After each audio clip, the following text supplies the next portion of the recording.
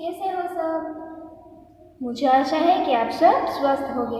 आज का हमारा विषय है हिंदी, कक्षा 6। हिंदी में हम देखें तो हमारा 8वां पाठ दिया गया है राजा का हिस्सा। वो एक कहानी है। आपको यहाँ एक बहुत अच्छी कहानी दी गई है कि राजा के बारे में एक कहानी दी गई है। तो इस कहानी में एक प्रजावत्सल राजा का वर्णन किया गया है। राजा प्रजा की कठिनाइयों में हमेशा उसकी मदद करने में तत्पर रहते हैं। यहाँ आपको राजा के बारे में कहा गया है कि राजा है जो इस शहर का, इस गांव का जो राजा है वो बहुत अच्छा है, बहुत प्रजावत्सल है। वो सबकी मदद करता रहता है और सबकी मदद के लिए तत्पर रहता है। यहाँ आपको राजा के बारे में कहा गया है कि प्रजावत्सल का मतलब होता है प्रजा प्रेमी। वो अपने प्रजा से बहुत ही लगाव रखता है। तो यहाँ आपको राजा और एक उसकी प्रजा की कहानी दी गई है। तो हम देखते हैं। तो राजा बहुत बड़े प्रजावत्सल थे। वह स्वयं राज्यों में घूम कर प्रजा की कठिनाइयों को देखा करते थे। तो जो राजा थे वो बहुत ही प्रजावत्सल थे, बहुत ही प्रजा प्रेमी थे। वो स्वयं का मतलब होता है खुद। वो खुद राज्यों में घूम कर प्रजा की कठिनाइयों को देखा करते थे। प्रजा किस हाल में है, प्रजा सुखी तो है ना, वो सब राज्यों में घूम कर देखा करते थे और उन्हें यथासंभव दूर किया करते थे। और उन्हें यथासंभव का मतलब होता है जहाँ तक संभव हो, जब तक वो कर सके, वो कोई कार्य हो, उसकी प्रजा जो मुसीबत में हो तो वो जितना भी कर सके, वो जब तक संभव हो उतना काम कर सकते थे। वो यथासंभव दूर किया करते थे। वो अपनी प्रजा की कठिनाइयों को दूर किया करते थे। एक दिन राजा अपनी रानी के साथ रथ पर सवार होकर राज्य का भ्रमण कर रहे थे। एक दिन जो राजा है वो एक दिन अपनी रानी के साथ, वो हर रोज अपनी रानी के साथ या तो अकेले अपने रथ में राज्य में घूमते थे। तो एक दिन की बात है, एक दिन राजा अपनी रानी के साथ रथ पर सवार होकर राज्य का भ्रमण कर रहे थे। भ्रमण का मतलब होता है घूम रहे थे। तो एक दिन वो राजा है वो अपनी रानी के साथ रथ पर सवार होकर पूरे राज्य में घूम रहे थे। वे राजधानी से बहुत दूर निकल गए थे। उन्होंने देखा कि एक खेत में एक किसान हल जोत रहा है। वो जब अपनी रानी के साथ रथ में सवार होकर जा रहे थे तब उन्होंने देखा कि एक खेत में एक किसान है, वो हल जोत रहा है, मगर उसके हल में एक ही बैल है और दूसरी के बैल के स्थान पर उसकी स्त्री हल खींच रही है। तो राजा ने देखा तो एक खेत में एक किसान था, वो हल जोत रहा है, हल चला रहा था। तो उन्होंने देखा कि उनके हल में एक ही बैल है और दूसरी तरफ उसकी बैल के स्थान पर स्त्री हल खींच रही है। राजा ने देखा तो राजा भोज ने रथ रोका और किसान के पास जाकर कहा। बाद में वो राजा भोज ने देखा और उन्होंने अपना रथ रोका और वो किसान के पास जाकर, वो जो किसान था जो हल चला रहा था, उसके पास जाकर कहा कि भले आदमी, तुम यह क्या अत्याचार कर रहे हो? भला कहीं स्त्री को भी हल में जोता जा। वो नीचे चित्र दिया गया है कि एक तरफ वो बैल है और दूसरी तरफ वो स्त्री है, वो हल खींच रही है और पीछे वो किसान है, वो हल चला रहा है और राजा भोज उसके पास खड़े हुए बात कर रहे हैं। और वहाँ दूर आपको राजा भोज के रथ दिखाई दे रहा होगा। तो वहाँ रथ के में से आकर वो राजा भोज है वो किसान के साथ बात कर रहे हैं। वो कहते हैं कि भले आदमी, तुम यह क्या अत्याचार कर रहे हो? भला कहीं स्त्री को भी हल में जोता जाता है? वो किसान को कहते हैं। तो बाद में एक किसान है वो कहता है कि मेरा एक बैल मर गया है, दूसरा बैल खरीदने के लिए मेरे पास धन नहीं है। अगर खेत न जुता तो मैं खाऊंगा क्या? कहकर किसान पुनः अपने कार्य में लग गया। बाद में वो किसान है वो कहता है कि मेरे पास एक ही बैल है, मेरे पास दो बैल थे, लेकिन एक बैल था वो मेरा मर चुका है। तो अब मेरे पास एक ही बैल बचा और मेरे पास दूसरा बैल खरीदने के लिए धन भी पैसा भी नहीं है। अगर खेत में जो मैं हल न चलाऊँ, मैं खेत में न जोता तो मैं खाऊंगा क्या? तो कहकर वो किसान है वो सब बातें राजा भोज को कहता है और बाद में वो पुनः फिर से वो अपना काम करने लगता है। उसे क्या पता था कि उसके बाद करने वाला कौन है? और किसान था, उसको पता नहीं था कि ये हमारे राज्य का, हमारे गांव का राजा है, उसे पता नहीं था। तो उसे क्या पता था कि उसकी बात करने वाला कौन है? तो राजा ने कहा, अरे भाई जरा सुनो। तो वो किसान था वो चलने लगा। तो राजा ने कहा कि अरे भाई तुम सुनो तो सही मेरी बात, जो कहना है मेरे साथ चलते चलते करो, मेरा काम क्यों रोकते हो? किसान ने कहा। बाद में वो किसान है वो कहता है कि तुम्हें जो भी कहना है मेरे साथ चलते चलते कहो, मेरा काम क्यों तुम रोक रहे हो? मेरे साथ तुम चलते चलते जो भी बात मुझे कहनी हो मेरे साथ चलते चलते तुम कहो, ऐसा किसान कहता है। बाद में राजा भोज उसके साथ चलने लगे। वो राजा भोज थे उसके साथ चलने लगे। अपने काम के प्रति किसान के लगन देखकर राजा भोज बहुत प्रभावित हुए। तो वो किसान का बहुत ही मेहनत कर रहा था। तो वो सब देखकर अपने किसान की लगन का मतलब है प्रेम देखकर राजा भोज बहुत प्रभावित का मतलब होता है असर पड़ना हुए।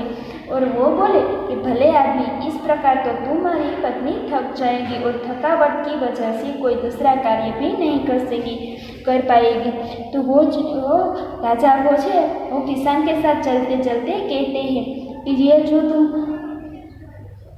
पूरी लगन से तुम्हारा काम कर रहे हो वो अच्छी बात है, लेकिन तुम अपनी इस प्रकार तो तुम अपनी पत्नी को हल में जोतोगी तो इस प्रकार तो तुम्हारी पत्नी थक जाएगी और थकावट के कारण दूसरा घर का काम और दूसरा कोई और काम भी नहीं कर पाएगी। तो तुम ऐसा क्यों कर रहे हो?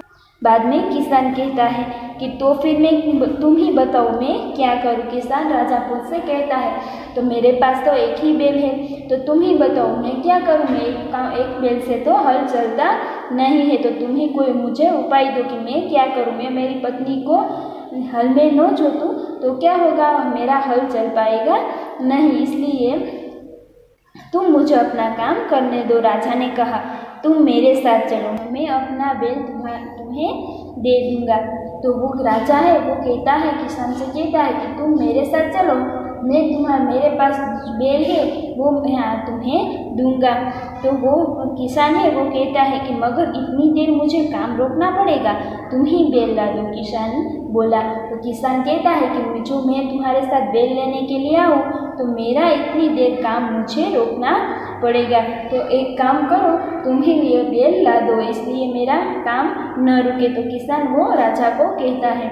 बाद में राजा है वो कहता है कि अच्छा ऐसा करो, तुम अपनी पत्नी को रथ के पास भेज दो, वह मेरी पत्नी से बैल ले आएगी, तब तक मैं तुम्हारे हल में जोतूंगा। और राजा ने कहा। तो राजा है वो कहता है कि अच्छा कोई बात नहीं, तुम्हारा काम भी नहीं रुकेगा और बैल भी आ जाएगा। तुम ऐसा करो कि तुम अपनी पत्नी को रथ के पास भेज दो, वो मेरी पत्नी से बैल ले आएगी और तब तक मैं तुम्हारी पत्नी की जगह मैं ले लूँगा। इसका मतलब मैं तुम्हारा हल मैं जोतूंगा। राजा ने कहा। बाद में वो अपनी पत्नी को भेजता है और किसान इस बात पर राजी हो गया और राजा भोज हम हल में जुट गए और किसान की पत्नी रथ के पास चली गई। उन्होंने रानी को सारी बात बता दी। बाद में वो उसकी पत्नी थी, उन्होंने राजा की रानी को सारी बात बताई। रानी ने पूरी बात सुनकर कहा तुम्हारा बैल कमजोर तो हो गया होगा, तो वह हमारे बैल का साथ नहीं दे सकता, इसलिए तुम दोनों ही बैल ले जाओ।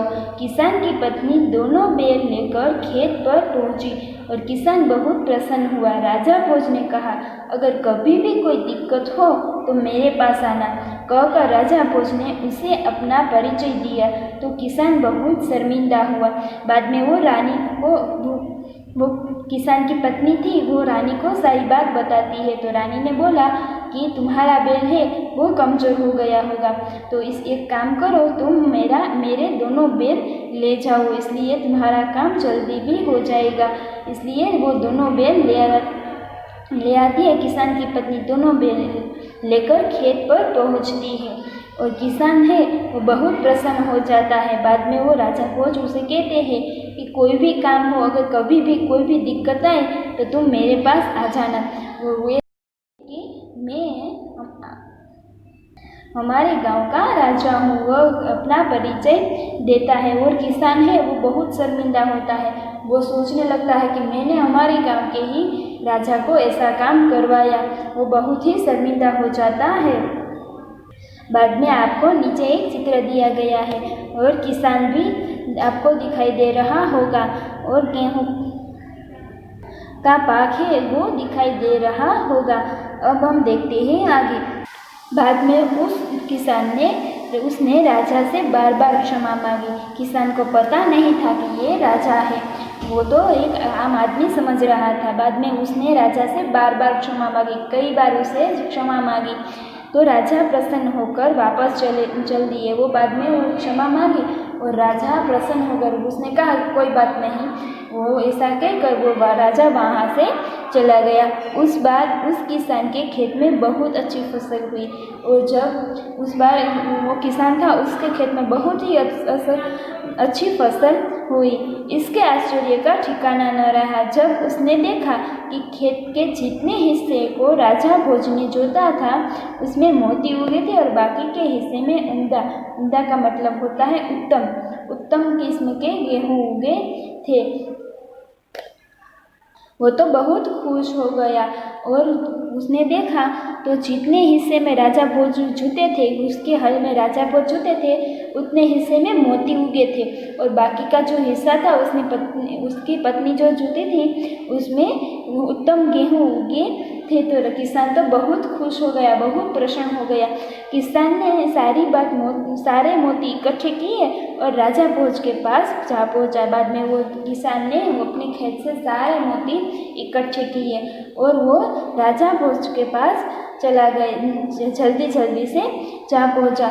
उसने सारे मोती राजा भोज के चरणों में रख दिए और राजा को सारा किस्सा कर सुनाया और सारे मोती थे वो राजा भोज को दे दिए, राजा भोज के चरणों में रख दिए और सारा किस्सा उसे कह के सुनाया कि तुम्हें जो आपने जितने हिस्से के राजा भोज के जुटे थे उतने हिस्से में मोती उगे हैं और बाकी के हिस्से में उत्तम गेहूँ उगे हैं। ये सारी बात उन्होंने राजा भोज को बताई।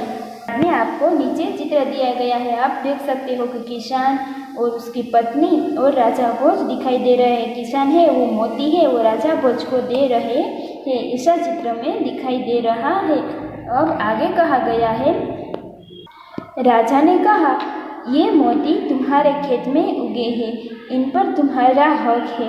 राजा कहता है कि ये सारे मोती है वो तुम्हारे खेत में उगे हैं, ये तुम्हारे खेत में है उगे हैं, इसलिए ये मोती पर तुम्हारा हक है, इन्हें तुम ही अपने अधिकार में रखो। तो वो किसान है वो कहता है कि नहीं महाराजा, यह आपके परिश्रम का प्रताप है। प्रताप का मतलब परिणाम, फल है, आपके परिश्रम का फल है, इसलिए मैं इन्हें नहीं ले जाऊंगा। मेरी प्रार्थना है कि आप इन्हें राजकोष का मतलब होता है राजा का खजाना का जो होता है वो, तो राजकोष में जमा कर ले और गरीबों की भलाई के लिए काम में ले लेना। किसान ने उसने प्रार्थना की तो किसान ने कहा कि ये महाराजा ये आपका ही फल है, इसलिए मैं इन्हें नहीं ले जाऊंगा। मेरी प्रार्थना है कि ये सारे मोती आप रख ले और आपका राजकोष में जमा कर ले और गरीबों की भलाई के लिए काम में ले लेना। किसान ने प्रार्थना की। बाद में जो राजा है वो किसान की बात सुनकर राजा बहुत प्रसन्न हो गए, उन्होंने मोती का स्वीकार कर लिया और राजा और किसान दोनों बहुत ही खुश हुए। तो विद्यार्थीगण, तो इस कहानी से हमें सीख मिलती है कि हमें सबकी मदद करनी चाहिए, हमें कभी भी छोटा या बड़ा देखना नहीं चाहिए। हम कितने भी बड़े हो, लेकिन हमें हमसे छोटे लोगों का एक मदद करनी चाहिए।